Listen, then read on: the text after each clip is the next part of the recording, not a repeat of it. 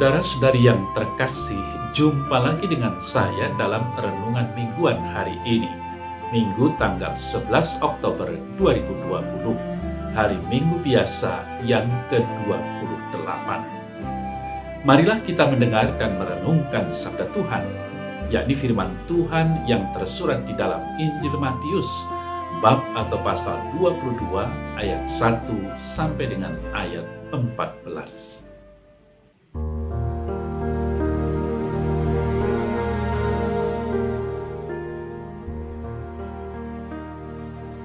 Pada suatu ketika, Yesus berbicara pula dalam perumpamaan kepada mereka. Hal kerajaan sorga seumpama seorang raja yang mengadakan perjamuan kawin untuk anaknya. Ia menyuruh hamba-hambanya memanggil orang-orang yang telah diundang ke perjamuan kawin itu, tetapi orang-orang itu tidak mau datang. Ia menyuruh pula hamba-hamba lain, pesannya, "Katakanlah kepada orang-orang yang diundang itu, sesungguhnya hidangan telah kusediakan, lembu-lembu jantan dan ternak piaraanku telah disembelih. Semuanya telah tersedia, datanglah ke perjamuan kawin ini." Tetapi orang-orang yang diundang itu tidak mengindahkannya. Ada yang pergi ke ladangnya, ada yang pergi mengurus usahanya, dan yang lain menangkap hamba-hambanya itu, menyiksanya dan membunuhnya. Maka murkalah raja itu, lalu menyuruh pasukannya ke sana untuk membinasakan pembunuh-pembunuh itu dan membakar kota mereka. Sesudah itu ia berkata kepada hamba-hambanya, "Perjamuan kawin telah tersedia, tetapi orang-orang yang diundang tadi tidak layak untuk itu. Sebab itu pergilah ke persimpangan-persimpangan jalan dan undanglah setiap orang yang kamu jumpai di sana ke perjamuan kawin itu." Maka pergilah hamba-hamba itu, dan mereka mengumpulkan semua orang yang dijumpainya di jalan-jalan, orang-orang jahat dan orang-orang baik, sehingga penuhlah ruangan perjamuan kawin itu dengan tamu. Ketika raja itu masuk untuk bertemu dengan tamu-tamu itu, ia melihat seorang yang tidak berpakaian pesta. Ia berkata kepadanya, "Hai saudara, bagaimana engkau masuk kemari dengan tidak mengenakan pakaian pesta?" Tetapi orang itu diam saja. Lalu kata raja itu kepada hamba-hambanya, "Ikatlah kaki dan tangannya dan campakkanlah orang itu ke dalam kegelapan yang paling gelap. Di sanalah akan terdapat ratap dan gertak gigi. Sebab banyak yang dipanggil, tetapi sedikit yang dipilih."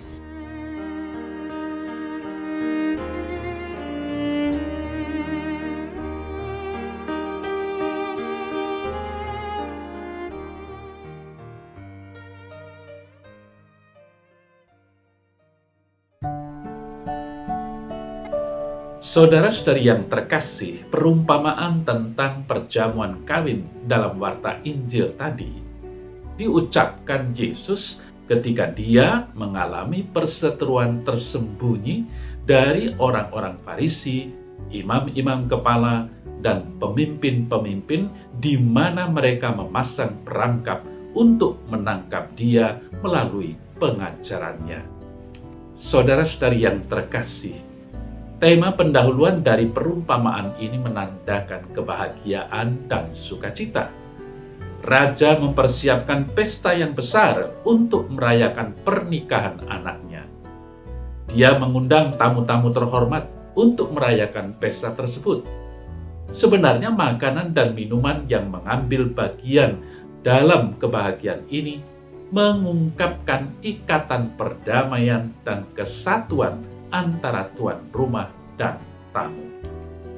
Saudara saya terkasih, tamu-tamu yang diundang oleh raja menolak datang.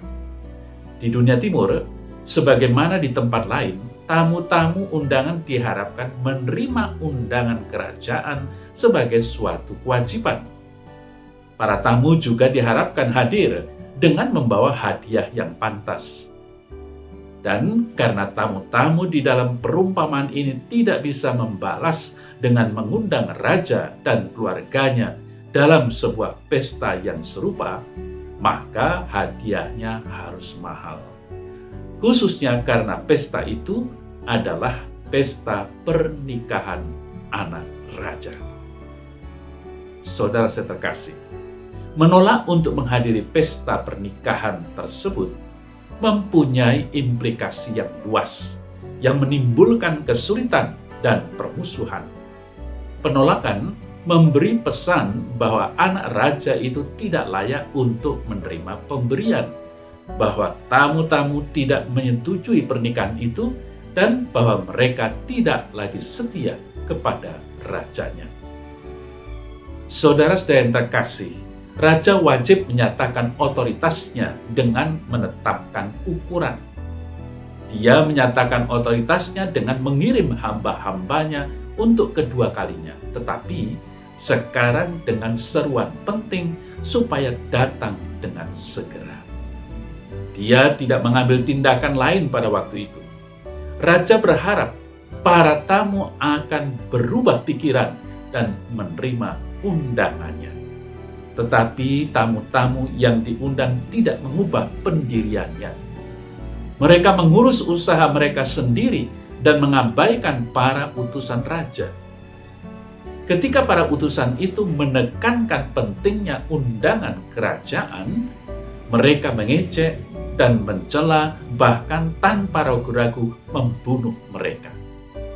Saudara saya terkasih, kiranya dalam perumpamaan ini, Yesus menghubungkan dengan sejarah Israel, dan pendengarnya tentu saja mengerti bahwa dia menunjuk kepada nabi-nabi yang diutus Allah, yang membawa pesan pertobatan yang sangat penting.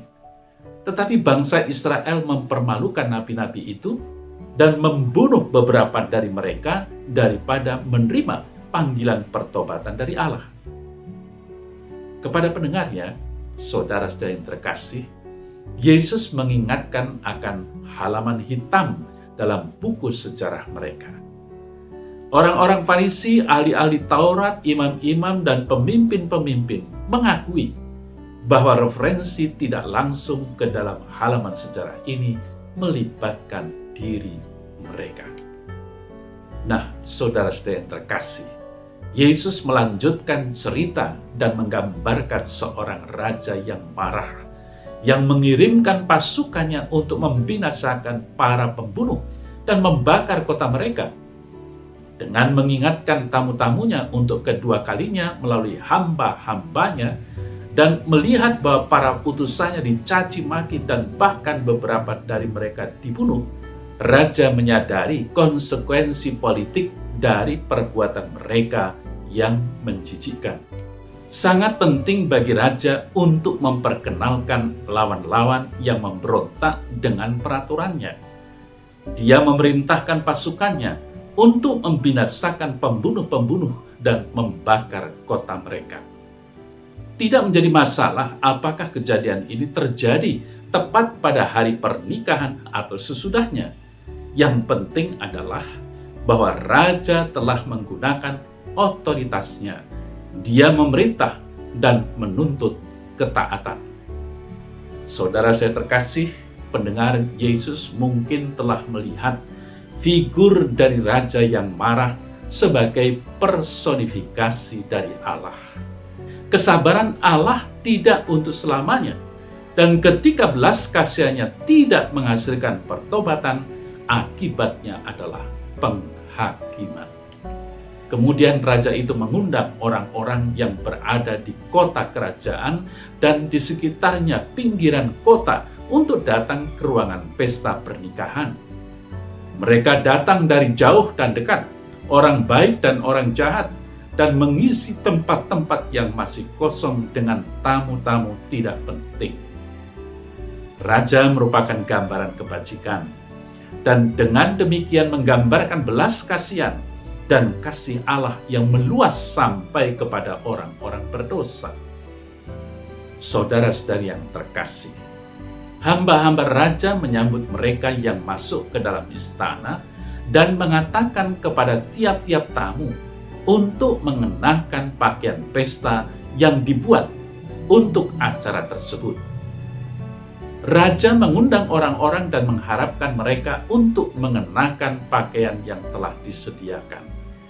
Dengan mengenakan pakaian pesta yang disediakan oleh raja, tidak ada orang yang terlihat miskin atau menderita. Yang ada hanyalah sukacita. Setiap tamu dapat menyembunyikan status sosial dan ekonominya di balik pakaian yang diterimanya dari raja. Pakaian pesta itu bersih dan putih, yang menurut kebudayaan Timur melambangkan sukacita dan kebahagiaan. Saudara saya terkasih, bolehkah setiap orang datang ke pesta pernikahan anak raja? Jawabnya adalah bahwa setiap orang disambut asalkan mereka memakai pakaian pesta. Ketika raja memasuki ruang pesta dan memperhatikan bahwa salah satu tamu tidak berpakaian sebagaimana mestinya, raja menganggapnya sebagai penghinaan yang disengaja. Dia tidak dapat mentolerir hal-hal yang menjijikkan, keras kepala, atau penolakan. Dia ingin tamu-tamunya menerima apapun yang dia berikan. Saudara saya terkasih, barang siapa memilih untuk menolak akan membangkitkan murkanya dan harus menanggung akibatnya. Dengan segera salah satu tamu yang datang ke pesta dengan mengenakan pakaiannya sendiri disingkirkan dan dilemparkan keluar ke dalam kegelapan malam. Dipenuhi dengan penyesalan yang dalam, dia meratap dan menahan kertak gigi. Tidak setiap orang boleh tinggal di dalam ruang pesta. Hanya mereka yang menerima undangan raja dan memenuhi persyaratan yang boleh tinggal. Saudara-saudari yang terkasih, kitab Wahyu khususnya berbicara tentang orang-orang benar yang mengenakan pakaian putih dan lenan halus yang cemerlang dan bersih. Allah menyediakan dan memberikan pakaian kepada umatnya yang melambangkan kebenarannya. Allah memberi mereka pakaian kebenaran yang melambangkan bahwa si pemakai telah diampuni dan dia adalah anggota rumah Allah melalui Kristus. Saudara-saudari yang terkasih, ketika Bapa menyambut pulang anaknya yang telah hilang, dia mengenakan jubah yang terbaik bagi anaknya. Dengan berbuat demikian, ia menyatakan bahwa anaknya telah diampuni. Sama seperti raja di dalam perumpamaan ini menginginkan semua tamunya untuk mengenakan pakaian pesta yang telah tersedia. Demikian juga Allah menginginkan orang-orang berdosa untuk datang ke pesta anaknya dan mengenakan pakaian putih yang melambangkan pertobatan, pengampunan, dan kebenaran. Saudara-saudari yang terkasih, tamu yang tidak memakai pakaian pesta di pesta kerajaan itu jelas melambangkan orang berdosa yang membenarkan diri sendiri. Dia ingin menyatakan bahwa dia tidak membutuhkan kematian yang berkorban dan darah yang menebuskan dari Yesus untuk dapat masuk ke dalam surga. Dia tidak mendengarkan perkataan Yesus. Tidak ada seorang pun yang datang kepada Bapa kalau tidak melalui aku. Yohanes 14 ayat 6. Sehingga ketika datang ke hadapan Allah, dia dilemparkan. Sungguh mustahil berada di hadapan Allah tanpa pakaian yang ditawarkan oleh Yesus Kristus. Saudara-saudari yang terkasih, warta Injil hari ini diakhiri dengan kata-kata, sebab banyak yang dipanggil, tetapi sedikit yang dipilih. Baik klausa pertama maupun terakhir dari perumpamaan ini menunjuk kepada orang yang telah dipanggil. Juga tamu yang tidak mengenakan pakaian pesta tidak termasuk ke dalam orang-orang yang dipilih. Banyak yang dipanggil, sedikit yang dipilih. Saudara-saudari yang terkasih, warta Injil hari ini dengan jelas menunjukkan adanya pemilihan ilahi yang membawa orang berdosa kepada Allah. Sekalipun demikian, Allah juga menunjukkan bahwa manusia bertanggung jawab atas sikapnya yang tidak mengindahkan, pemberontakan, dan keangkuhan. Maka meskipun undangan itu bersifat universal, umum, dan meliputi semua orang, hanya beberapa orang yang menerimanya dalam iman dan pertobatan yang ditentukan untuk kehidupan kekal. Saudara saya terkasih, Allah tidak berkenan kepada kematian orang fasik. Dia ingin mereka hidup. Allah tidak ingin ada yang binasa, melainkan supaya semua orang berbalik dan bertobat. Tetapi jika manusia menyatakan bahwa dia tidak merasa membutuhkan Yesus, dengan demikian dia menolak kebenaran yang Yesus berikan. Dia harus datang untuk bertobat dan menyadari bahwa di dalam kondisinya sendiri dia tidak berharga sama sekali untuk memasuki hadirat Allah, dan bahwa dia memerlukan pakaian kebenaran yang disediakan oleh Yesus. Saudara saya terkasih, undangan Allah melalui Injil diberitakan ke seluruh dunia, tetapi hanya beberapa orang saja yang menanggapi tawaran keselamatan itu. Dan bahkan di antara mereka yang menerima undangan itu, banyak yang puas hanya dengan pengakuan iman semata-mata. Maka diingatkan bahwa pengakuan iman harus memperlihatkan kehidupan baru. Orang percaya harus mewujudkan kata-katanya di dalam perbuatan. Dan meskipun Allah memilih seseorang tidak berdasarkan perbuatan, tetapi pilihan tersebut sampai kepada ungkapan yang penuh ketika orang yang telah dipilih itu hidup di dalam ketaatan kepada Allah. Allah memilih atau memanggil, dan manusia menanggapi atau menjawab. Pemilihan Allah menggambarkan satu sisi dari lukisan. Kemudian tanggung jawab manusia untuk menerima undangan Allah dalam iman yang benar merupakan sisi yang lain. Maka dari itu, saudara saya terkasih, seperti dikatakan dalam warta Injil hari ini, akhirnya dinyatakan sebab banyak yang dipanggil, tetapi sedikit yang dipilih. Kiranya sejalan dengan firman yang menyatakan bahwa karena sesaklah pintu dan sempitlah jalan yang menuju kepada kehidupan, dan sedikit orang yang mendapatinya. Matius 7 ayat 14.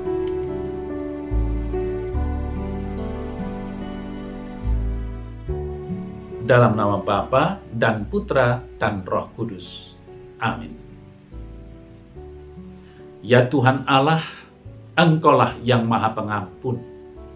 Sudilah Engkau mengampuni dosa-dosa kami, karena kami sering menolak undangan-Mu untuk datang bergembira dengan mengenakan pakaian pesta yang Kau kehendaki, yakni hidup selaras dengan keutamaan ilahi-Mu, kebaikan, belas kasih, damai, dan sukacita. Amin. Dalam nama Bapa dan Putra dan Roh Kudus.